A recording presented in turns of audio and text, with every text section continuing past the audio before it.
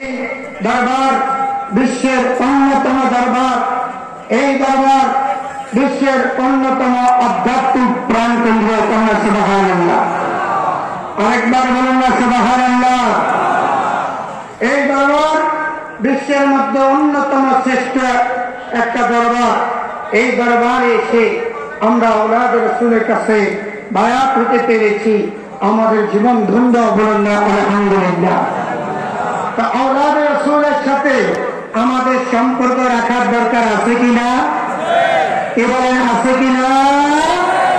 আওলাদে রাসূলের সাথে আমাদেরকে সম্পর্ক রাখতে হবে। হুকুমটা দিয়েছেন কে? কে দিয়েছে?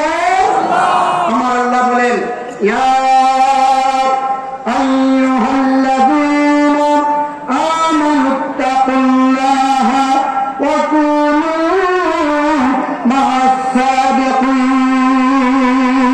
সুবহানাল্লাহ। আমার আল্লাহ বলেন, হে ঈমানদারগণ, তোমরা আল্লাহকে ভয় করো।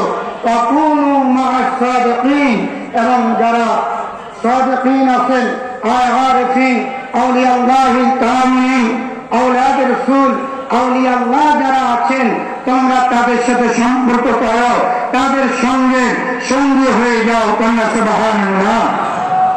তাহলে আমরা আল্লাহর কোরআনের বিধি মোতাবেক, আল্লাহর হুকুম মোতাবেক আওলাদে রাসূল, আউলিয়া আল্লাহর সাথে আমরা সম্পর্ক করেছি বায়াত হওয়ার মাধ্যমে।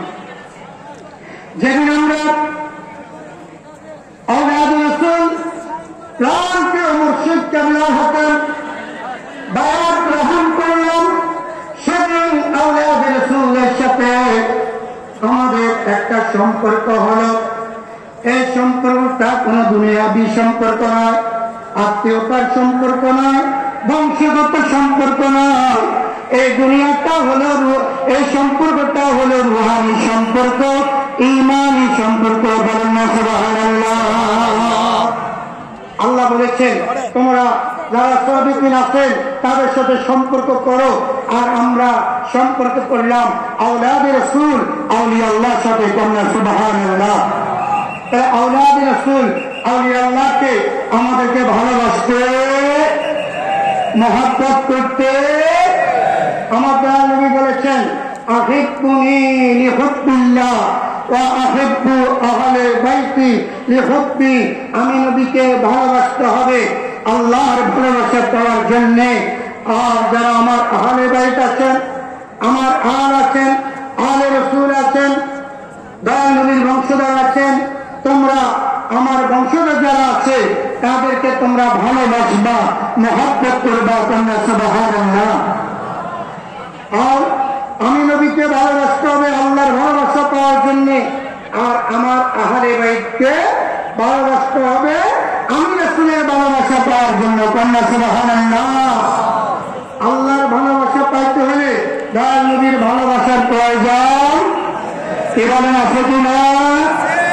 দয়াল নবীর ভালোবাসা পেতে হলে অবশ্যই আল্লাহর হাবিবের আওলাদ যারা আছে, নবীজির বংশধরদেরকে ভালোবাসতে হবে কিনা?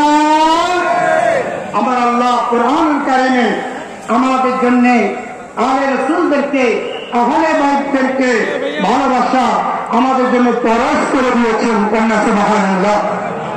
আমার আল্লাহ বলেন, কুল লা আসআলুকুম আলাইহি আজরান ইল্লাল মাওয়াদ্দাতা ফিল কুরবা। সুবহানাল্লাহ।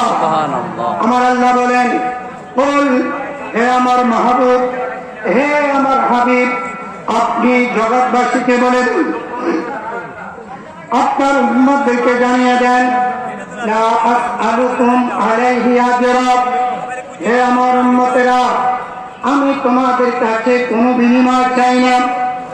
সারাটা জীবন ইসলাম প্রচার করতে গিয়ে, আল্লাহর একত্ববাদের পরিচয় দিতে গিয়ে, আল্লাহর দ্বীনের দাওয়াত দিতে গিয়ে, আল্লাহর মনোনীত ধর্ম ইসলাম, ইন্নাদ-দীনা ইনদাল্লাহিল ইসলাম, আল্লাহর মনোনীত ধর্ম ইসলাম প্রচার করতে গিয়ে ইসলামের সুশীতল ছায়াতলে তোমাদেরকে আশ্রয় দিতে গিয়ে আমি সারাটা জীবন অনেক কষ্ট করেছি, দাম দাম শহীদ হয়েছে, রক্তাদিত হয়েছে, আরো কত নির্যাতনের শিকার হয়েছি।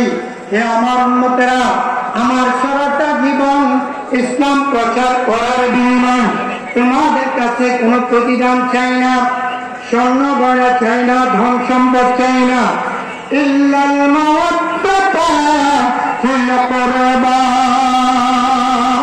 সারাটা জীবন ইসলাম প্রচার করার বিনিময় আমি তোমাদের কাছে যাহা চাই সেটা হলো আমার নিকটতম, আমার প্রিয়জন, আমার আপনজন যারা, তোমরা তাদেরকে ভালোবাসবা। তোমরা সুবহানাল্লাহ, আরেকবার বলুন না সুবহানাল্লাহ।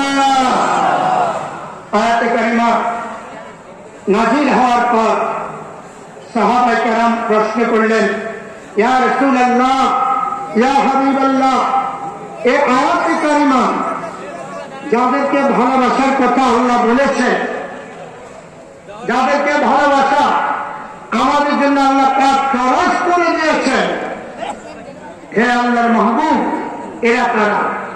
এরা কে? যারা আপনার এত প্রিয়জন, আপনার এত নিকটবর্তী, যাদেরকে অবশ্যই আমাদেরকে ভালোবাসতে। আমার নবী সাল্লাল্লাহু আলাইহি ওয়াসাল্লাম আল্লাহ